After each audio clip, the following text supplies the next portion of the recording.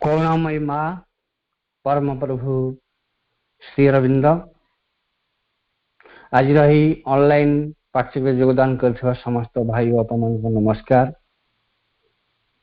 आज आलोच्य विषय रही आस श्री अरविंद पाठचक्र करवा। यही प्रसंग रे जो भाई आलोचना करेंगे से भाई को ना हूँ यदुनंदन सामल आट भुवनेश्वर। वर्तमान मु यदुनंदन भाई को अनुरोध करुच्ची से वक्तव्य प्रदान पूर्व निर्धारित एक देव मुहूर्त रे जहाँ का आविर्भाव रे पृथ्वी धन्य हुए, परिपूर्ण हुए तार नीरव प्रार्थना, सार्थक हुए तार अनंत प्रतीक्षा, समस्त द्वंद्व संशय अविश्वासर अवसान हुए, सही दिव्य सतार सूर्योदय को आज ए निरवित संध्यार प्रथम प्रणाम। एक पुरातन पृथ्वी जन्म लाभ करी एक नूतन पृथ्वी को ता भितर स्थापन करने जो नक्शा जी तैयारी करथिले, योजना करथिले एवं से योजना को मध्य चिंता राज्य आणिकी कर्म रे प्रवृत्त करने जे प्रचेष्टा करथिले सही योगी पुरुष युग पुरुष श्री अरविंद एवं जे से नूतन पृथ्वी नूतन जीवन एगुड़िक विषय कार्य संपादन कर चली सही आनंदमयी चैतन्यमयी सत्यमयी परमा जननी को आज ये निरवित संध्यार प्रथम प्रणाम। वंदे मातरम। शुभ संध्या। यही मुहूर्तर ये निरवित परिवेश रे दूर दूरांत एक देव मुहूर्त आम मैंने जो माने दूर दूरांत रहीचु माँ को भल पाउथिबा मातृ संतान अपा भाई माने से मानक मोर आंतरिक अभिनंदन और नमस्कार। आज जो विषयटी चयन करा जायछि आमे श्री अरविंद को जोगरे अच्छु, तेणु श्री अरविंद को जोगरे पाठचक्र कहले श्री अरविंद का पाठचक्र एवं योग कहले श्री अरविंद पूर्ण योग आमे ताकू एई भली भाबरे ग्रहण करिया। ये जो पाठचक्र विषय कहीं ये विषयटी चयन करागला तार परिप्रेक्षी रे मुझे कहक चाहूँगी जे थरे आश्रम फेरी जड़े अंततः पुरातन कर्मी जी कि बहु पाठचक्र ये ओडिशा रे बुली बुलिक करचंती। पाठचक्र करवा तांकर गोटे निशा। से तेरे फेरिले आश्रम मोर तांका सहित साक्षात है। मु पचारि जे आपण जाइथिले आश्रम आश्रम कौन संवाद आम आनी से कहले भाई बाबाजी महाराज पाखु गली एवं पचारि जे महाराज जी आमे बहुत पाठचक्र वर्तमान ओडिशा रे हो गलानी, आमे तापर कौन करूँ? बाबाजी महाराज मुझे कौन उत्तर देले बाबाजी महाराज ना बाबाजी महाराज किसी माने संक्षेप रे कहले जे पाठचक्र कर एतिक आउ से किसी कही ना। मो भितर यहाँ गोटे केमती पशिला जे बाबाजी महाराज कहले कहीं पाठचक्र कर। आमे तो बहुत पाठचक्र कर सारे से भाई जे से जने पुराणा कर्मी विषय तो ओडिशा रे तांकर परिचिति अच्छी। जो जगार से सर्विस करुले से एरिया रे जिते पाठचक्र सब पचारे से भाई ना आसो सी ते प्रश्नटी पचारे बाबाजी महाराज कहीं कहले पाठचक्र कर बोली। तेणु जोड़े कथा मन को आसला जे माँ जो कहते जे पूर्ण जगह जो मैंने रहिबे सेमानकर कार्य शेष नुह। There is no end but a new beginning and an endless progression. ଏଠି କୌଣସି ଶେଷ କଥା କୁହାଯାଇ ପାରିବନି। ତେଣୁ ସେଇଆକୁ ନେଲି, ମୁଁ କହିଲି ଆରେ ସତ କଥା। ତେଣୁ ବାବାଜୀ ମହାରାଜ କହୁଛନ୍ତି ଯେ ପାଠଚକ୍ର କରିଚାଲ କରିଚାଲ ଟିଲ୍ ଦି ଗୋଲ୍ ଇଜ୍ ରିଚ୍ଡ, ଯେ ପର୍ଯ୍ୟନ୍ତ ଲକ୍ଷ୍ୟ ପୂରଣ ନ ହୋଇଛି ପାଠଚକ୍ର କରିଚାଲ। ଇଏ ଗୋଟେ। ଦ୍ୱିତୀୟ କଥା ଯେ ଆମେ ଯେଉଁ ପାଠଚକ୍ର ସବୁ କରୁଛୁ ସେଥିରେ କିଛି କ'ଣ କମତି ରହିଯାଉଛି କି? ବାବାଜୀ ମହାରାଜ ସିଦ୍ଧ ପୁରୁଷ, ଭବିଷ୍ୟତ ଦ୍ରଷ୍ଟା। ତେଣୁ ତାଙ୍କ ମୁହଁରୁ ଯେଉଁ ଆସିଲା ପାଠଚକ୍ର କର, ତାମାନେ ଆମ ଭିତରେ ଗୋଟେ କିଛି ଅଭାବ ରହିଯାଉଛି କି? ଏଇ ଦୁଇଟା କଥା ମୋ ଭିତରକୁ ଆସିଲା। ତେଣୁ ସେଇଥିପାଇଁ ଯେଉଁ ଭାବରେ ଯିଏ ପାଠଚକ୍ର କରୁଛନ୍ତି ସେଠିକି ଦୃଷ୍ଟି ନ ଦେଇକରି ମୁଁ ଖୋଜିଲି ଯେ ପ୍ରକୃତରେ ପାଠଚକ୍ର ବିଷୟରେ କିଏ କ'ଣ କହିଛନ୍ତି ତାକୁ ସଂଗ୍ରହ କରିବା। ମା କ'ଣ କହିଛନ୍ତି କି, ଶ୍ରୀ ଅରବିନ୍ଦ କ'ଣ କହିଛନ୍ତି କି, ଏବଂ ମା ଶ୍ରୀ ଅରବିନ୍ଦଙ୍କର ପାଖରେ ଯେଉଁମାନେ ଥିଲେ, ଯେମିତିକି ନଳିନୀକାନ୍ତ ଗୁପ୍ତ ହୁଅନ୍ତୁ, ଆମର ମାଧବ ପଣ୍ଡିତ ହୁଅନ୍ତୁ, କି ଆଉ ଯେଉଁ ମାଙ୍କର ଅନ୍ତରଙ୍ଗ ଭକ୍ତମାନେ ସବୁ ଥିଲେ, ବାବାଜୀ ମହାରାଜ ହୁଅନ୍ତୁ, ପ୍ରପତି ହୁଅନ୍ତୁ, ଏମିତି ସେମାନେ କ'ଣ ପାଠଚକ୍ର ବିଷୟରେ କିଛି କହିଛନ୍ତି କି? ସେଗୁଡ଼ିକ ସବୁ ମୁଁ ସଂଗ୍ରହ କଲି। ତାପରେ ସେଗୁଡ଼ିକ ସନ୍ନିବେଶିତ କରିକି ରଖିଲି ଏବଂ ସେଇ ବିଷୟରେ ଆଜି ସେ ବିଷୟରେ ଟିକେ ଆଲୋଚନା କରିବା ପାଇଁ ଆମେ ଏକାଠି ହେଇଛେ। ତେଣୁ ମୁଁ ଯାହା ସେଇମାନଙ୍କର କଥା ଖାଲି ପଢ଼ିବି ଆପଣଙ୍କ ଆଗରେ, ସେମାନେ ଯାହା କହିଛନ୍ତି ଆମେ ତାକୁ ଭିତରକୁ ନେବା ଏବଂ ଆମେ ଯେଉଁ ପାଠଚକ୍ର ଯେଉଁଭଳି ଭାବରେ କରୁଛୁ ତାକୁ ତା ସହିତ ମିଶେଇବା। ଯଦି ଆମ ପାଠଚକ୍ର ସେ ଯାହା କହିଛନ୍ତି ତାର ଅନୁରୂପ ହେଉଥାଏ ତାହେଲେ କିଛି କରିବାର ନାହିଁ, କିନ୍ତୁ ଯଦି ହେଉନଥାଏ ଆମର ଯେଉଁ ଅଭାବଟା ଆମେ ଅନୁଭବ କରିବା ତାକୁ ନିଶ୍ଚିତ ଭାବରେ ସଂଶୋଧନ କରିବା। ତେବେ ଆମେ ଏବେ ଯିବା। এই ପାଠଚକ୍ରକୁ ଯିବା ପୂର୍ବରୁ, କାରଣ ପାଠଚକ୍ରରେ ଶ୍ରୀ ଅରବିନ୍ଦଙ୍କର ସାହିତ୍ୟ ପଢ଼ାଯାଏ, ମାଙ୍କର ରଚନା ବେଳେ ପାଠ ହୁଏ ଏବଂ ଆଲୋଚନା ବି ହୁଏ। ତେଣୁ ମୁଁ ବର୍ତ୍ତମାନ ମାଙ୍କର ଗୋଟିଏ କିଛି ଅଂଶ, ମାଙ୍କର ବକ୍ତବ୍ୟର କିଛି ଅଂଶ ମୁଁ ଆପଣଙ୍କ ଆଗରେ ପ୍ରଥମେ ଆରମ୍ଭ କରୁଛି, ତାପରେ ଆମେ ଯିବା ବିଷୟବସ୍ତୁକୁ। ହେ ମୋର ପ୍ରିୟ ଶିଶୁ, ଧ୍ୟାନ ଦେଇ ଶୁଣ। ତୁ ଯେପରି ଆଜି ଏତେ ଭାଙ୍ଗି ପଡ଼ିଛୁ, ଏତେ ତଳେ ପଡ଼ିଯାଇଛୁ, ଯାହାର ଆଉ କିଛି ଭରସା ନାହିଁ, ଗର୍ବ ଦମ୍ଭ ସବୁ ଚୁରମାର ହୋଇଯାଇଛି। ତୁ ଆଗରୁ ଭାଗ୍ୟବାନ ନଥିଲୁ ଯେ ରସାତଳର ଗଭୀରତା ମଧ୍ୟରେ ଜାଗ୍ରତ ହୁଏ, ଉଚ୍ଚତା ଗୁଡ଼ିକ ତାର ବେଶୀ ଦୃଷ୍ଟିଗୋଚର ହୁଏ। ଯେବେ ବିପଦ ବିଭ୍ରାନ୍ତି ତୋତେ ଧରାଶୟୀ କରିଛି, ଯଦି ତୁ ଯନ୍ତ୍ରଣାର ଗଭୀରତା ମଧ୍ୟରେ ବୁଡ଼ି ଯାଇଛୁ, ବିବ୍ରତ ହୋନା, ଦୁଃଖିତ ହୋନା, କାରଣ ସେହି ସ୍ଥାନରେ ମଧ୍ୟ ଦିବ୍ୟ ପ୍ରେମ ଓ ଦିବ୍ୟ କରୁଣା ତୋ ପାଖରେ ପହଞ୍ଚି ପାରିବ।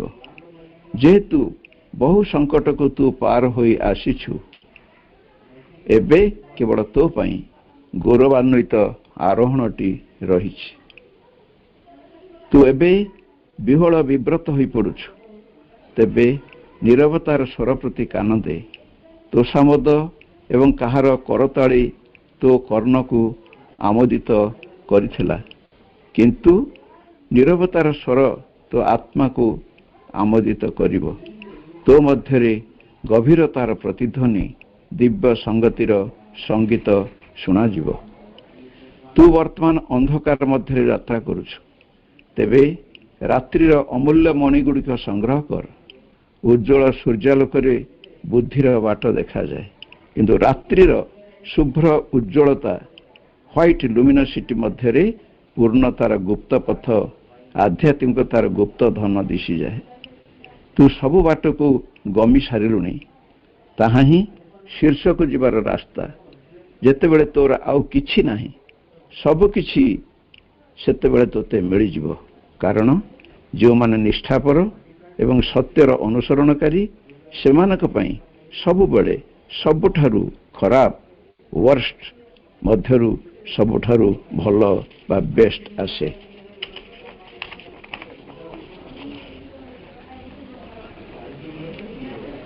ମାଟିରେ ବୀଜଟିଏ ବୁଣିଦେଲେ ସହସ୍ର ବୀଜ ଉତ୍ପାଦିତ ହୁଏ।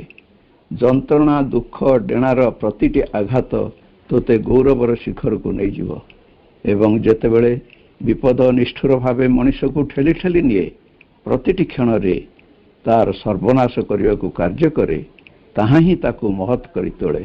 ମା CWM ଭଲ୍ୟୁମ୍ 2 ପେଜ୍ 44-45। ତାପରେ ଆଉ ଗୋଟିଏ ବାର୍ତ୍ତା ବାବୁଜୀ ମହାରାଜଙ୍କୁ ପଢିବା। ବାବୁଜୀ ମହାରାଜ ଗୋଟେ ଚିଠି। ବାବୁଜୀ ମହାରାଜଙ୍କ ପତ୍ର 26/5/1993। ବର୍ତ୍ତମାନ ସମୟରେ ସୁପରମାଇଣ୍ଡର କାର୍ଯ୍ୟ ତୀବ୍ର ଭାବେ ଚାଲିଛି। ସେହି କାରଣରୁ ସାଧକ ମଧ୍ୟରେ ଏବଂ ମାଙ୍କ ଆଧ୍ୟାତ୍ମିକ ସଂସ୍ଥାରେ ବିରୋଧୀ ଶକ୍ତି ତୀବ୍ର ରୂପେ ବାଧା ସୃଷ୍ଟି କରୁଛନ୍ତି। ମାଙ୍କ ଶକ୍ତି ସମ୍ମୁଖରେ ବିରୋଧୀ ଶକ୍ତି ତିଷ୍ଠି ପାରିବ ନାହିଁ। ମାତୃଶକ୍ତିର ବିଜୟ ସୁନିଶ୍ଚିତ। ଆମ୍ଭମାନଙ୍କୁ ଆଶ୍ରୟ ନେବାକୁ ହେବ ମାଙ୍କ ଶକ୍ତିର। ମାଙ୍କ ଶକ୍ତିର ଆଶ୍ରୟ ନେଲେ ମାଙ୍କ ଶକ୍ତି ପ୍ରତି ସ୍ୱୟଂ କାର୍ଯ୍ୟ କରିବ ଏବଂ କାର୍ଯ୍ୟ ହେବା ସକାଶେ ଯଥାର୍ଥ ପ୍ରେରଣା ଦେବ। ମାଙ୍କ ପ୍ରେରଣା ଅନୁସାରେ କାର୍ଯ୍ୟ କଲେ ମାଙ୍କ ଶକ୍ତି କାର୍ଯ୍ୟ କରିବାରେ ବାଧାପ୍ରାପ୍ତ ହେବ ନାହିଁ। ମାଙ୍କ ଶକ୍ତିର ଆଶ୍ରୟ ନେବା ପ୍ରେରଣା ପାଇବାର ପ୍ରଣାଳୀ ହେଲା, ଆମ୍ଭେମାନେ ନିରନ୍ତର ମା ଏହି ନାମ ଜପ କରିବା, ମାଙ୍କ ଉପରେ ଅଟଳ ଅଚଳ ବିଶ୍ୱାସ ରଖିବା। ମା ଆମ ସହିତ ରହି ଆମକୁ ରକ୍ଷା କରୁଛନ୍ତି। ସମସ୍ତ ସଂସ୍ଥା ମାଙ୍କର, ଆମେ କେବଳ ମାତ୍ର ଯନ୍ତ୍ରଟିଏ, ଏହି ଧାରଣା ରଖିବା। ନିଜ ସାଧନାରେ କିମ୍ବା ମାଙ୍କ ସଂସ୍ଥାରେ ମାଙ୍କ କାର୍ଯ୍ୟରେ ଯେତେ ବଡ଼ ବାଧା ଆସିଲେ ବି ଚିନ୍ତିତ ଭୟଭୀତ ଅସ୍ଥିର ନ ହୋଇ ମାଙ୍କୁ ଡାକିବା। ଶାନ୍ତ ସ୍ଥିର ରହି ମାଙ୍କର ନାମ ଜପ କରି ମାଙ୍କୁ ଡାକିଲେ ମା ନିଶ୍ଚୟ ଶୁଣିବେ। ସବୁ ସଙ୍କଟ ବିପଦରୁ ରକ୍ଷା କରିବେ। ଯାହା କରିବାକୁ ହେବ ମାଙ୍କ ପ୍ରେରଣା ନିଜ ମଧ୍ୟରୁ ପାଇବେ। କିନ୍ତୁ ମାଙ୍କ ଉପରେ ବିଶ୍ୱାସ ଭରସା ରଖି ଶାନ୍ତ ତଥା ସ୍ଥିର ରହି ମାଙ୍କ ପ୍ରେରଣା ପାଇ କାର୍ଯ୍ୟ କରିବା, ଏହା ହିଁ ସାଧକର ସାଧନାରେ ଏବଂ ମାଙ୍କ ସଂସ୍ଥାରେ ସୁରକ୍ଷାର ଅମୋଘ ରକ୍ଷା କବଚ। ଏହା ଛଡ଼ା ସାଧକମାନଙ୍କ ପକ୍ଷେ ଅନ୍ୟ ଉପାୟ ନାହିଁ। ଆମ୍ଭେମାନେ ଉଚ୍ଚକୋଟୀର ସାଧକ ନୋହୁ। ମାଙ୍କ ଉପରେ ବିଶ୍ୱାସ ଭରସା ରଖି ତାଙ୍କ ପ୍ରେରଣାରେ ପରିଚାଳିତ ହେବା ଆମ ପକ୍ଷେ ସମ୍ଭବ ହେବ କିପରି? ଏହି ଭାବନା, ଏହି ଚିନ୍ତା ସମ୍ପୂର୍ଣ୍ଣ ରୂପେ ବିରୋଧୀ ଶକ୍ତିର। ଯେତେବେଳେ ନିଜ ସାଧନାରେ କିମ୍ବା ମାଙ୍କ ସଂସ୍ଥାରେ ବାଧା ଆସିବ, ସେତେବେଳେ ସାଧକ ଟିକିଏ ସଜାଗ ହୋଇ ସଚେତ ହୋଇ ମାଙ୍କ ନାମ ଜପ କଲେ ସ୍ୱତଃସ୍ଫୂର୍ତ୍ତ ଭାବେ ମାଙ୍କ ଉପରେ ବିଶ୍ୱାସ ଭରସା ନିର୍ଭରତା ଆସିବ। ବ୍ୟାକୁଳ ହୋଇ ମାଙ୍କୁ ଡାକିବା, ଏହା ଉଚ୍ଚକୋଟୀର ସାଧକ ଉପରେ ନିର୍ଭର କରେ ନାହିଁ। ଉଚ୍ଚକୋଟୀର ସାଧକର ଏପରି ନିର୍ଭରତା ଆସି ନପାରେ, କିନ୍ତୁ ବିପଦ ଆସିଲେ ସାଧନା ଆରମ୍ଭରୁ ସାଧକର ମାଙ୍କ ପ୍ରତି ବିଶ୍ୱାସ ନିର୍ଭରତା ଆସେ। ସେ ମାଙ୍କ ପ୍ରେରଣା ପାଏ, ତାଙ୍କର ଦୃଢ଼ ବିଶ୍ୱାସ ହୁଏ। ମାଙ୍କୁ ଡାକିଲେ ଏହି ବିପଦ ନିଶ୍ଚୟ ଦୂର ହେବ। ରାମକୃଷ୍ଣ ଦାସ। ତେଣୁ ଏହି ଦୁଇଟି ବକ୍ତବ୍ୟ ପାଠ କରି ସାରିଲା ପରେ ଆମର ଅର୍ଥାନ୍ତର କରିବାକୁ ଯିବାନି, କେବଳ ନିଜ ଚେତନା ଭିତରେ ସାଇତି ରଖିବା। ତାପରେ ଆସିବା ବିଷୟବସ୍ତୁ ଭିତରକୁ। ପାଠଚକ୍ର କହିଲେ ପ୍ରକୃତରେ ଆମେ କ'ଣ ବୁଝୁଛେ, ସେଟା ହେଉଛି ମୂଳ କଥା। ପାଠଚକ୍ର ହେଉଛି ଶ୍ରୀ ଅରବିନ୍ଦ ଯୋଗର ସର୍ବମୂଳ ଅନୁଷ୍ଠାନ, ଗ୍ରାସ ରୁଟ୍ ଲେବୁଲ ସର୍ବମୂଳ ଅନୁଷ୍ଠାନ, ଯେଉଁଟାକି ଶ୍ରୀ ଅରବିନ୍ଦଙ୍କର ଦର୍ଶନର ସେଟା ହେଉଛି ପାଠଶାଳା। ସେଇଠି ଜଣେ ଅନ୍ତତଃ ଶ୍ରୀ ଅରବିନ୍ଦ କ'ଣ ଚାହୁଁଛନ୍ତି, କ'ଣ କରୁଛନ୍ତି, ମା କ'ଣ ଚାହୁଁଛନ୍ତି, ସେଇଠୁ ସେ ଆହରଣ କରିପାରିବ ଏବଂ ତାପରେ କର୍ମରେ ନିୟୋଜିତ ହୋଇପାରିବ। ପାଠଚକ୍ର ଏକ ଶ୍ରୀ ଅରବିନ୍ଦ ପାଠଚକ୍ର ଆମେ ସବୁବେଳେ ମନେ ରଖିବା। ପାଠଚକ୍ର କହିଲେ ଶ୍ରୀ ଅରବିନ୍ଦଙ୍କ ପାଠଚକ୍ର। ତେଣୁ ତାହା ଏକ ଧର୍ମୀୟ ସଂସ୍ଥା ନୁହଁ, ତାହା କୌଣସି ଧର୍ମୀୟ ପଦ୍ଧତି ଭିତରେ ମଧ୍ୟ ସେ ଚାଲିପାରିବ ନାହିଁ। ଏହା ଏକ ଆଧ୍ୟାତ୍ମିକ ସଂସ୍ଥା। ଏହା ଏକ ଭବିଷ୍ୟତ ପାଇଁ ବାଟ ଫିଟେଇବାର ସଂସ୍ଥା। ପାଠଚକ୍ର ହେଉଛି ଗୋଟେ ମଧୁଚକ୍ର ବା ମହୁ ଫେଣା ବୋଲି ଆମେ ତୁଳନା କରିପାରିବା। महू फेणारे जमती राणी महुमाछी जमती अंतपुर राणी था तेणु राणी महुमाछी से महू फेणार कौट गोटे जगार सी चुप हो बस था कि कहारी कहती नहीं तांकर आकर्षण शक्ति एते बेसी जे जो माने श्रमिक महुमाछी माने तांका आकर्षण रे तांका पाख आसंती एवं से सब नीरव नीरव भाषा सब बुझी पारंती आमे मनुष्य माने सब नीरव हेले आमको भल लगे नहीं किंतु प्राणी माने पशु पक्षी माने नीरवतार भाषा को बुझंती तेणु माँ तांका सहित नीरवता भितर कथबार्ता करती तेणु से जो पुरुष महुमाछी माने श्रमिक महुमाछी माने माँ का निर्देशन बहुत दूर जाइकिरी फूल सब मधु संग्रह करती एवं ताको एमिति डायरेक्शन दि जाए जो मधु से संग्रह करेंगे ताको से निजे खाईदेवे नहीं निज कार्य लगेबे नहीं ताको आणिबे एवं महू फेणार जो जो खोप सब तैयारी सब ताको संचय कर रखिए निज नुहे अन्य मानक यही भाव में जब आम पाठचक्र धरवा ताले पाठचक्र से भाई माँ होचन राणी महुमाछी बसचंती चुपचाप कहारी किछि कहूना किंतु तांकर आकर्षण रे आम मैंने सब आकर्षित होकर आसचु श्री अरविंद जमी कहते गोटे सिंथेसिस जगरे जे who chooses the divine has been chosen by the divine जे भगवान को निर्वाचन करे भगवान ताको निर्वाचन करते तेणु माँ को निर्वाचन करूँ कि आम ज्ञात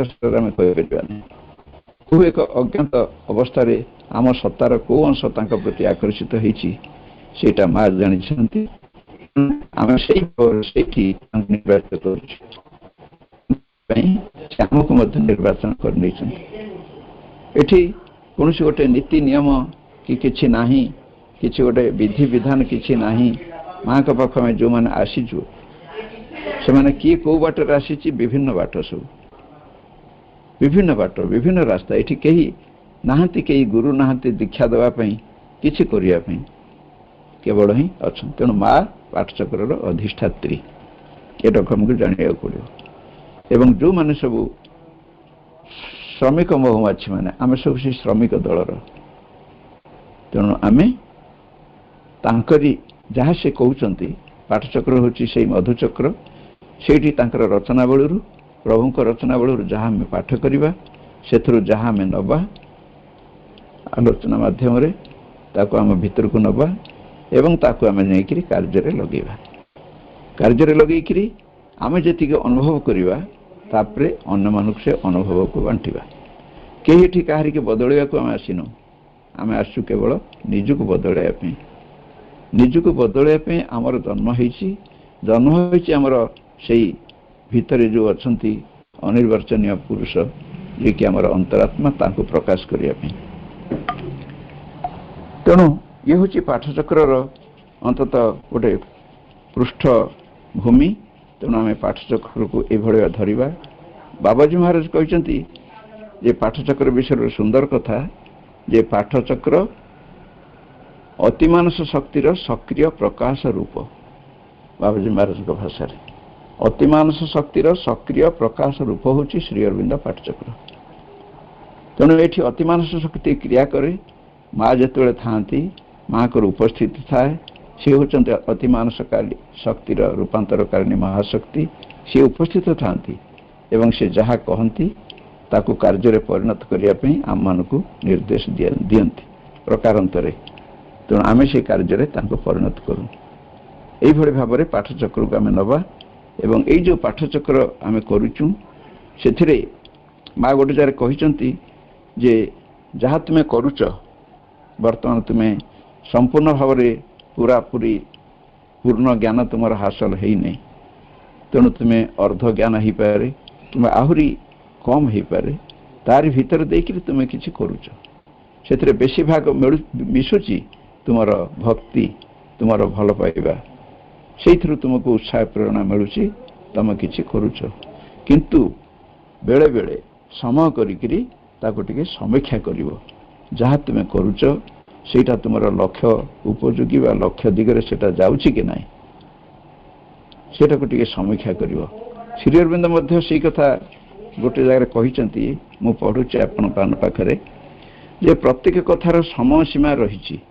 ଦୀର୍ଘ ଦିନ ଧରି ପାଳିତ ହେଉଥିବା ପ୍ରଥା ସବୁ ସେହି ସମୟ ପାଇଁ ଅତ୍ୟନ୍ତ ଉପଯୋଗୀ ଥିଲେ।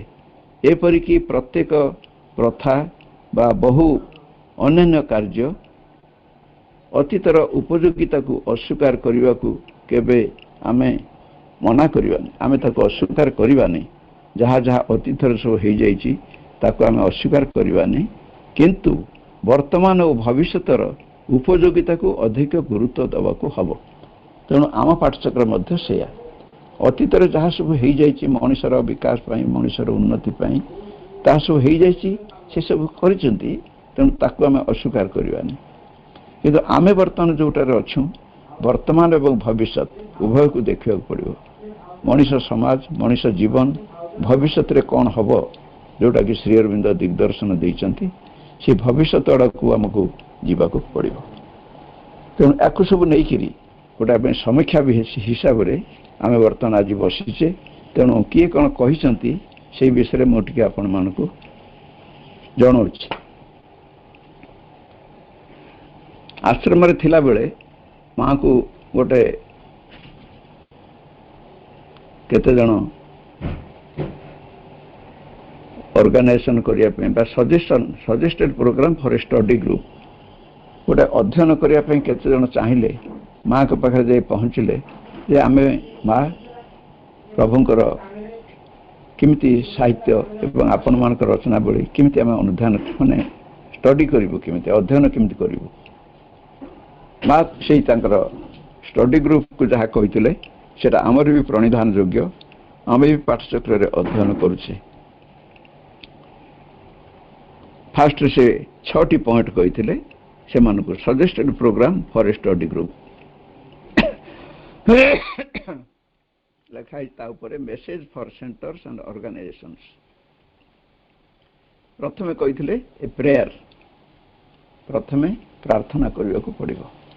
ସେ ପ୍ରାର୍ଥନାରେ କ'ଣ କରାଯିବ, ଭିତରେ କୁହାଯିବ ପ୍ରାର୍ଥନାରେ, Shri Aurobindo mother grant us your help in our endeavor to understand your teaching।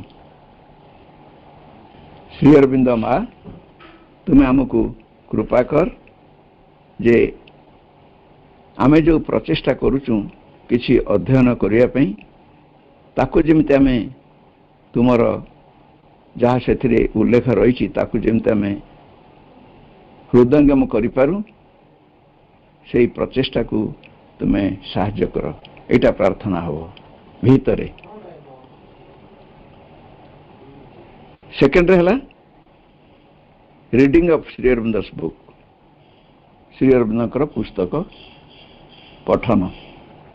এই ଶ୍ରୀ ଅରବିନ୍ଦଙ୍କର ପୁସ୍ତକ ପଠନରେ ଆମେ ଟିକେ ଦେଖିବା ଯେ ଚିରନ୍ତନରେ ଗୋଟେ କୁହାଯାଇଛି how to read Shri Aurobindo. ଆମେ ତାକୁ ଖେଳେଇକି ବାହାର କରିବା ଚିରନ୍ତନରୁ।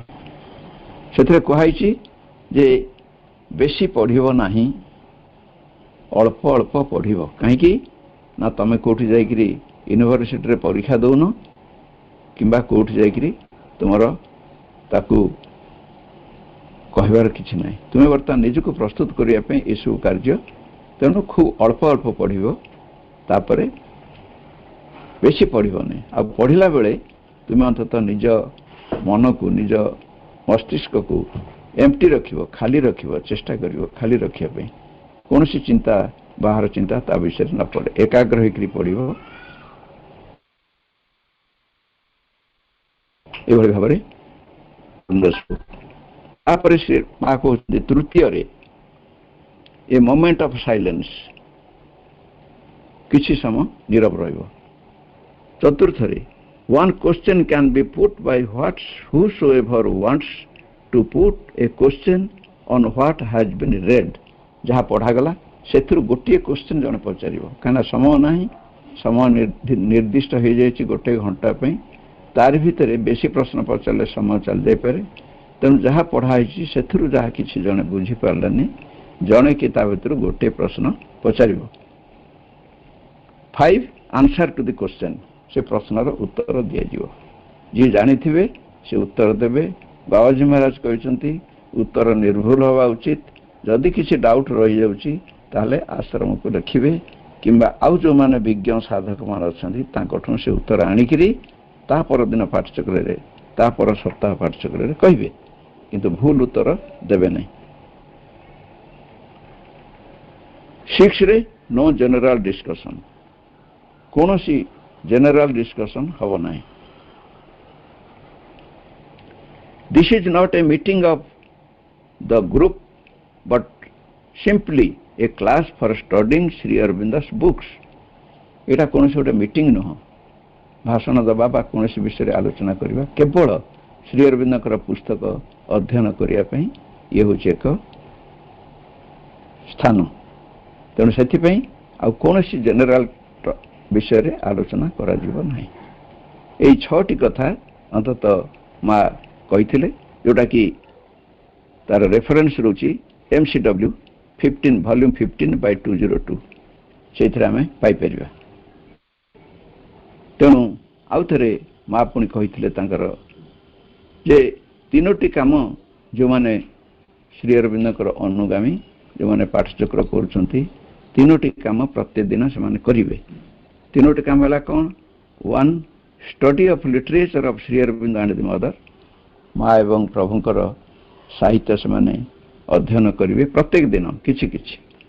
2 self analysis in a lonely hour कौन से गोटे निरोला समय से प्रतिदिन बाछिबे।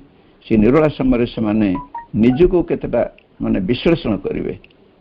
से माँ केतोटी प्रश्न ताधर देइचंती जे निज खाली पचारे केतोटी प्रश्न उत्तर से आदाय करेंगे नहीं। जे मु किए मु कहीं पृथ्वी को आसी यही परिवार भितर कहीं जन्म नहीं ये परिवेश मु कहीं अच्छी मोर लक्ष्य कौन उद्देश्य कौन एवं जहाँ जहाँ मु करुच्ची से लक्ष्य प्रति सेटा उपयोगी होउची कि ना ये केतोटी प्रश्न निजको पचारि देबे निरोला समय से बाध्यबाधकता किछि नहीं। 3 1 hour selfless work for the divine भगवान एक गोटे घंटा निस्वार्थपर कार्य करेंगे। सी अंततः जदि कौन केन्द्र थी केन्द्र भितर जापारती कि घर भितर रही जो कार्य सब से निजपाई सब बाछी नहीं करुवे सेठी अंततः गोटे घंटा निस्वार्थपर भाव से कर्मटी को पाखे निवेदन करेंगे। यही माँ पाठचक्र जो अध्ययन ग्रुप को कहते एवं मेंबर मान को यही निर्देश देइछंती। तापरे बाबाजी महाराज पाखु जीवा। बाबाजी महाराज विषय कौन कहते। बाबाजी महाराज कहते प्रकृत में पाठचक्र बाह्य प्रचार नुहे बरं अंतर रे यह अतिमानस शक्तिर कार्यकारी बाह्य रूप। यह को प्रचार कह जाता जदि यह कार्य मूल व्यवस्थापक व्यक्ति कहीं व्यवस्था करुता। श्री अरविंद माँ केबे भी प्रचार करिवार व्यवस्था करना किंबा स्वयं कौन सी संस्था स्थापन करना। यह बाह्य नियम द्वारा कहा पर किसी लदी दि जाए नहीं। स्वतस्फूर्त भाव आनंद उत्साह सहित सबु कार्य पालित हुए। आश्रम साधकों को कौन सी निर्दिष्ट नियम पालन करने को निर्देश दि जाए ना। से माने स्वतंत्र स्वेच्छारे से नियम पालन करती। तेणु एठी कार्य पर किसी इम्पोज करा जाए नहीं। श्री अरविंद चाहती नहीं माँ चाहती नहीं। तेणु स्वेच्छारे कहीं एपर्यंत प्रकृतिटा को बदला ही नथिला। प्रकृति को चापिकी सब रखी दिया किंतु श्री अरविंद आसला पर से प्रकृति को खोली दे जाइए। प्रकृति जहाँ चाहिए तारी अनुसार तुम्हें अंततः साधना कर चल अग्रगति आगू जीव किंतु प्रकृति को सांगरे नियो से जहाँ चाहूँगी।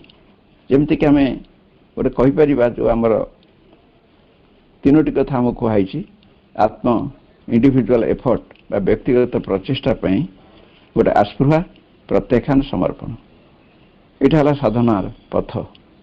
जदि ये 3टी भितर यहाँ हूँ प्रकृतिर जोग पुरुषर जोग नुह।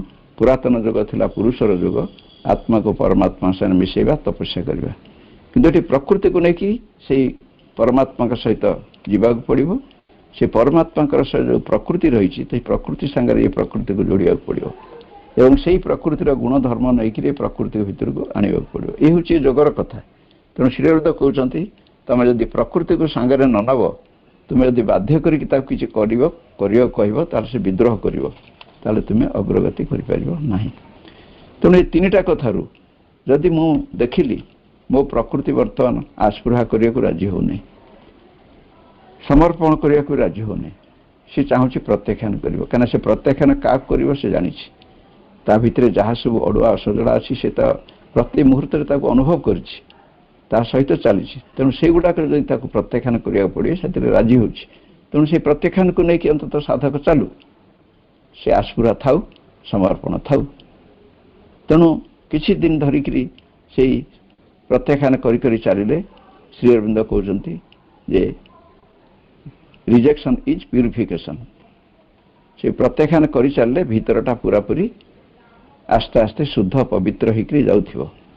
तेणु शुद्ध पवित्रता भितर रोथि मन को आस्पृहता भितर आसी पहुँचो मन को समर्पण भाव पहुँचो कि जहाँ को जो प्रकृति को भल लगुच जहाँ को भल लगुच आस्पृहा करने से कर किंतु बाध्य जे प्रथमे आस्पृहा कर जाकि प्रत्याख्यान कर समर्पण कर से सब किसी जोगर ना।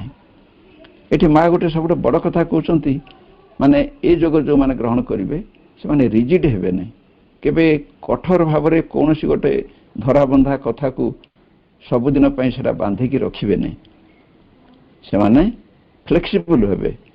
माँ बही भी से कथा श्री अरविंद कहते चेतना नमनीयता समर्पण नमनीय हवा पड़ो आमको फ्लेक्सिबल हवा पड़ो नमनीय हवा पड़ो प्लास्टिक जोटा कह प्लास्टिसिटी। तेणु ये जो नमनीयता संबंध रे रिजिडिटी न रखिकी आमे जानीचु श्री अरविंद जो चेन स्मोकर थिले सिगारेट जोर खाऊले ट्रे पूरी जाऊला सिगारेट गुड़ एवं ताधे लेखा पढ़ा इत्यादि चलता माँ को जो आश्रम बाहर दिगला सी अंत नियम गोटे कले नो स्मोकिंग कहीं धूम्रपान करेंगे ना किंतु जो मैंने सहयोगी थे श्री अरविंद से मानले नहीं माँ अड़ुआर पड़े कौन करेंगे से कहले मुझे गोटे नियम कर समस्ते पाड़ा ना मत आमको कौन आप कहते आप प्रभु को जाकि मना करूना सी पूरा सिगारेट पीउंट बास माँ स्तब्ध हो गले तापर कौन करेंगे तापर दिने गले श्री अरविंद निर्विशेष लिखुंट मग्न होकर एणे सिगारेट पिया चली ट्रे गुड़ भर्ती हो गलानी तापर माँ छिड़ा हेले तापर किस समय पर श्री अरविंद का दृष्टि पड़ा माँ कहले लॉर्ड मु नियमटा करी नो स्मोकिंग किंतु आश्रम में जो मैंने अच्छा आपणकर सहयोगी मैंने से माने कहते जे प्रभु तो सिगारेट खाऊँ मना करना आम कहीं मना करती कहीकि पलि आसिले आउ कि कहले आप माने छाड़ी दिंतु कौन करूँ then and there Shri Aurobindo cigarette छाड़े माँ से कथा कहते जो अभ्यासटा तुम अंत सर्वोत्तम बोले भावुव आवश्यक पड़े दरकार पड़े से अभ्यास को छाड़देवाई सांगे सांगे छाड़देव जदि आवश्यक पड़े ए विषय सुंदर गोटे माधव पंडित गोटे पत्रिकार से लिखी जे आश्रम जो यूनिवर्सिटी सेंटर है विश्वविद्यालय गढ़ा जावाई से माँ गोटे मीटिंग डाकिले भारत वर्षर सबू शिक्षावित मान को लेकर माधव पंडित तार रिसेप्शन सेक्रेटरी थे अभ्यर्थना कमिटर संपादक थे तेणु से गोटे एजेंडा तैयारी करते कार्यक्रम कार्यसूची माँ को लेकिन सकाଳେ देखते माँ ताको अप्रूव कर देते से निज भाषा कहते मुझे 2टा बेले पुणी रूम रे पहुँचली माँ कहले कि कुआड़ आसिलु ना माँ गोटे असुविधा हो जाए ना कौन है ना जो एजेंडाटा तैयारी होता टे भूल अच्छी माँ कहले कौन भूल अच्छी ना गोटे स्तोत्र बोला जीवार कथा जे सेटा शेष को रही जाइए माँ कहले कौन होता ताले ना सेटा प्रथम रही था माँ कहले कहीं ना आम जो सभा समिति सब करूँ प्रथम स्तवस्त्र मंत्र एमती उच्चारण करूँ तापर सभा कार्य आरंभ हो माँ तापर किसी कहले नहीं तापर बदलले कथा कहले अच्छा आमे जेठी जो विश्वविद्यालय करवा एठी यूनिवर्सिटी करवा एटा केतेतम मु कहली सेटा 59th 59तम विश्वविद्यालय कहले ओहो भारत वर्ष रे 58टी यूनिवर्सिटी ही सारी ताले ना यस मदर हाँ माँ तापर गंभीर स्वर रे माँ कहते 58टा यूनिवर्सिटी जहाँ करुच्ची मु कौन से करने को अच्छी कि ठीक अच्छे जहाँ होता कर तापर पछरे से लिखुं ताधे से निबंध जे मु जानी नथिले माँ एते फ्लेक्सिबल बोली ये हूँ आम पाठचक्र प्रযোज्य श्रीअरविंद जोग प्रযোज्य तेणु से श्री माँ बाबाजी महाराज जो कहते क्या किसी लदी दिया जाए ना प्रत्येक पाठचक्र स्वतंत्र कहीं किसी इम्पोजिशन किसी कर से नियम करेंगे से नियम भांगी पारे पुणी नुआ नियम करें जदि से कार साहाय्य लोड़ती से साहाय्य करेंगे प्रत्येक पाठचक्र यहाँ किंतु यहाँ से स्वाधीनता दी जाए ये अर्थ आगुरी जमी सब ऊपर जो मूल जड़े गोटे हाएस्ट ऑफिस रही तार शाखा प्रशाखा अमुक हेन तेन सी उपर कंट्रोल करेंगे सेगुड़ा सब पुराणा कथा से किसी मनीष किसी फ्रीडम निजर स्वाधीनता पाई काम करें तेणु से जोगर ये सब कथा कहुई तापर पाठचक्र विषय बाबाजी महाराज कहते जे पाठचक्र गृह प्रवेश करने संगे संगे मौन रहा उचित केवल ध्यान पर कौन प्रश्नोत्तर हो पारे केन्द्र में कौन प्रकार गल्प किंवा राजनैतिक चर्चा न होगा प्रति दृष्टि रखिए से वातावरण दूषित हो जाए माँ भी तो सही कथा आमको बर्तमान कहले तापर परिष्कार परिच्छन्नता प्रति विशेष दृष्टि देवे तापर कहते मनीषर भाव हो प्रधान जदि से शुद्ध निष्कपट भाव रखिपारे तेबे से पत्थर रे भगवान को प्रकट करें माँ को गोटे उक्ति को से उद्धार करचंती आमे पुरातन पद्धतिर नकल करूना एक पूर्ण नूतन वस्तु संसार रे स्थापन करने को कर्म करुछुं सेटा अगस्त 1962 बुलेटिन आनी से तापर यह एक सांप्रदायिक कार्य नुह यह सांप्रदायिक सीमार सदा मुक्त श्रीअरविंदर आदर्श द्वारा प्रत्येक मानव सकाशे सर्वदा उन्मुक्त यहाँ बाबाजी महाराज का कथा तापर आम जीवा प्रपति महाशय पाख प्रपति महाशय यही पाठचक्र उपर कौन कहते प्रपति महाशय गोटे पायोनियर बोली गोटे पत्रिका बाहर से पायोनियर पत्रिका रे यही निबंधटी लिखिते नूतन संगठनर भित्ति और आभिमुख्य से केतेटा एक्सट्राक्ट पढ़ुची आपण पाखरे जे से कहते आम्भे माने एठारे जो संगठनर आभिमुख्य विषय आलोचना करुछुं ताहा मुख्यतः एवं प्रधानतः एक आंतर विप्लव एक नवीन चेतनार उन्मेष और नूतन शक्तिर प्रतिष्ठा ओडिशा रे संगठित होगाकू जाउथिबा बहु विभिन्न पाठचक्र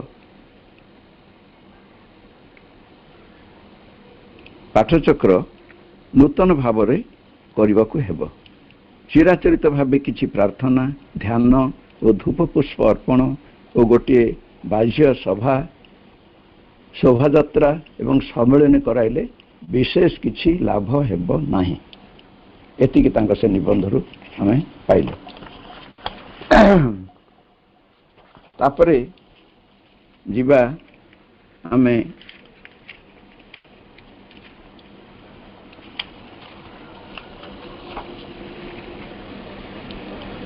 जे नलिनीकांत गुप्त पाख नलिनीकांत आश्रम सेक्रेटरी थिले सेतेबेले आमर जो ओडिशा रे जो पाठचक्र कार्यक्रम आरंभ हला सेतेबेले ललित मोहन घोष से पाठचक्र आरंभ करथिले प्रथम पाठचक्र आमर रायरंगपुर रे हेथिला तेणु से नलिनी पाख चिठी लिखिले जे पाठचक्र मैनेजमेंट बा ऑर्गेनाइजेशन केमती करिया पड़ो ललित मोहन घोष को लिखिले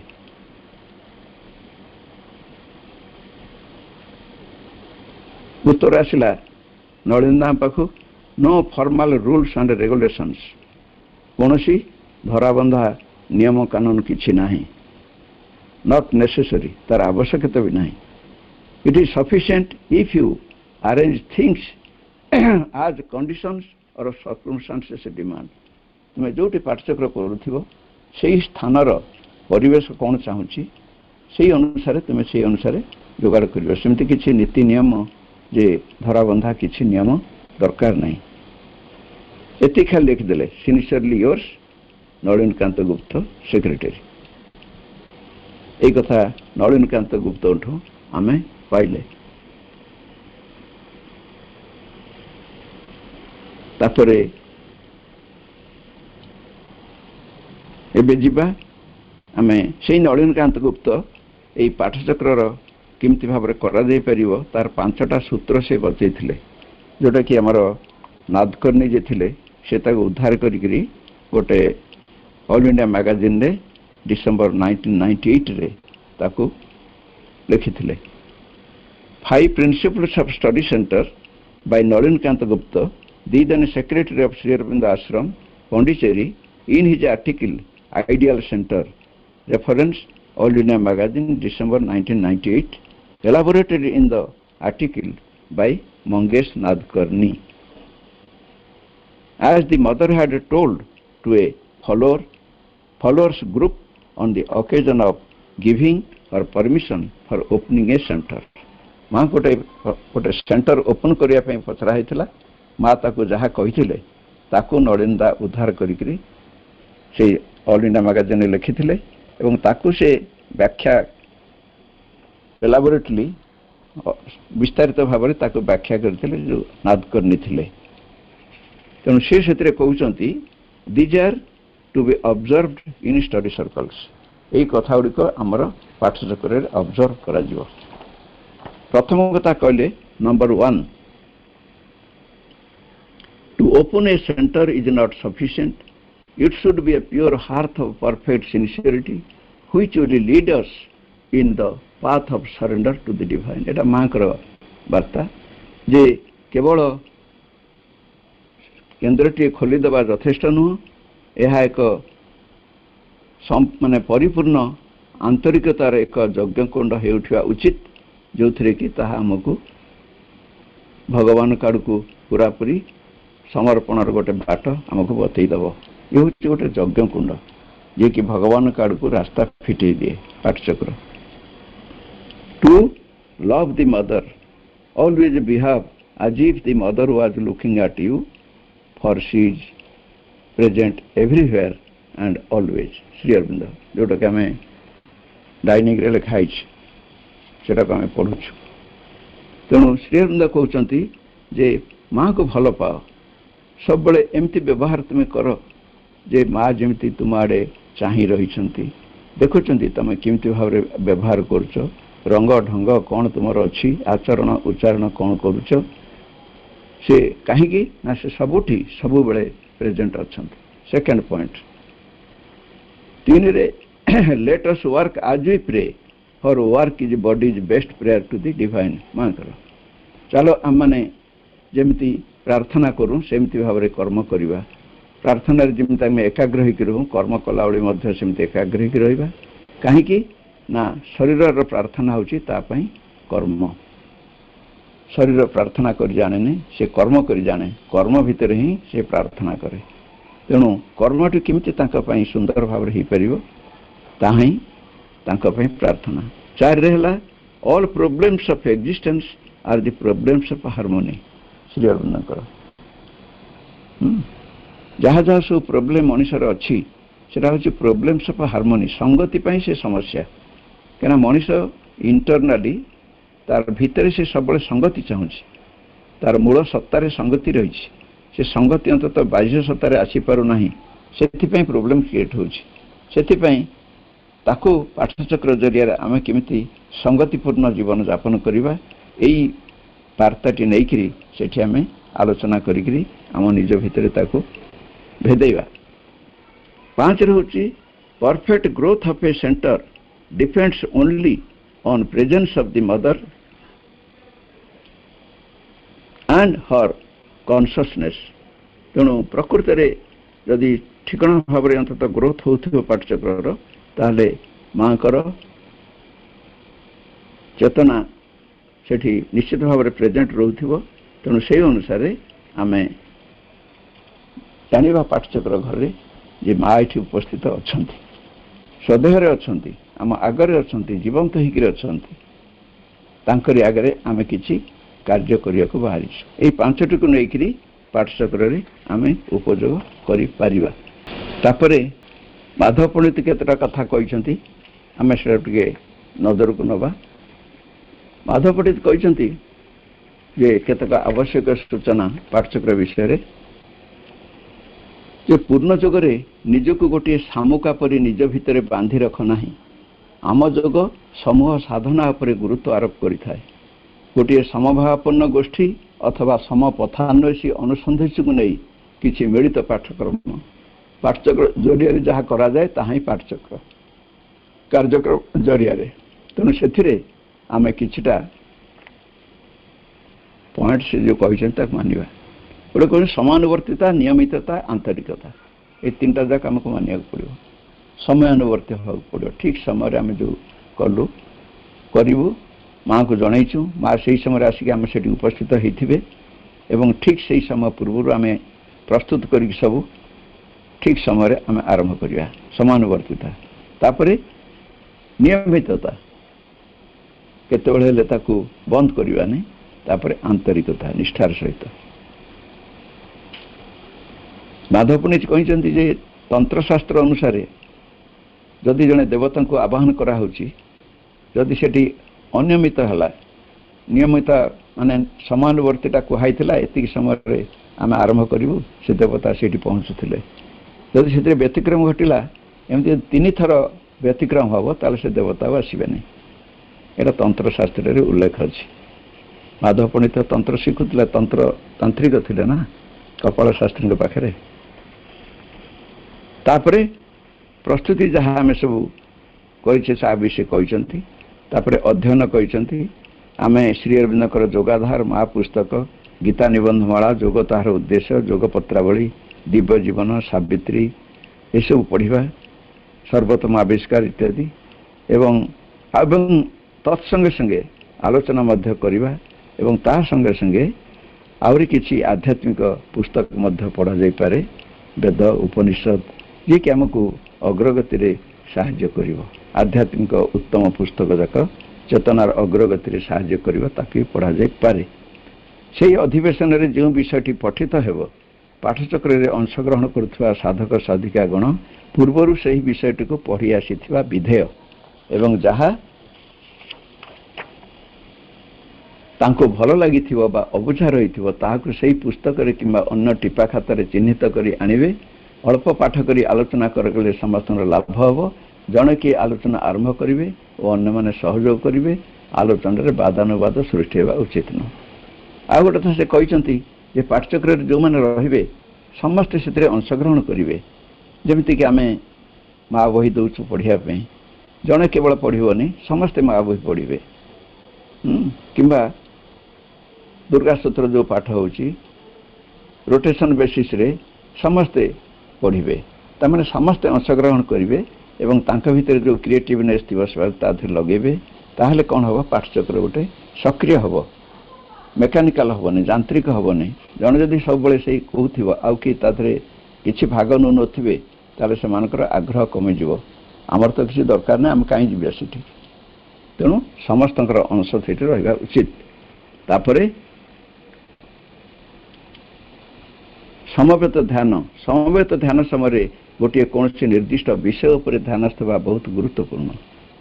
କୌଣସି ବିଷୟ ଉପରେ, କୌଣସି ତାଙ୍କର ରଚନାବଳୀରୁ କୌଣସି ଗୋଟେ ବାକ୍ୟ ଯଦି ନିଆଯିବ, ସେ ବାକ୍ୟଟି ଜଣେ ପଢ଼ିବେ, ତାହାରି ଉପରେ ମନନ କରିବେ ସମସ୍ତେ। ସେଟା ଖୁବ୍ ଗୁରୁତ୍ୱପୂର୍ଣ୍ଣ, ବହୁ ଗୁରୁତ୍ୱପୂର୍ଣ୍ଣ। ତା ନହେଲେ ଧ୍ୟାନସ୍ଥ ହେବା ପାଇଁ ଚକ୍ଷୁ ମୁଦ୍ରିତ କଲା କ୍ଷଣି ସମସ୍ତେ ନିଜ ନିଜର ଜଗତ ଭିତରକୁ ଚାଲିଯିବାର ବହୁ ସମ୍ଭାବନା ଥାଏ। ସବୁଠାରୁ ଭଲ ହେବ ଯଦି ସମ୍ଭବପର ହୁଏ ବୋର୍ଡରେ ଧ୍ୟାନର ବିଷୟବସ୍ତୁ ଲେଖାଯାଇ ସମସ୍ତଙ୍କ ସାମ୍ନାରେ ଝୁଲେଇ ଦିଆଯିବ। ସେଇଟାକୁ ସମସ୍ତେ ପଢ଼ି ତା ଦେହରେ ଧ୍ୟାନ କରିବେ।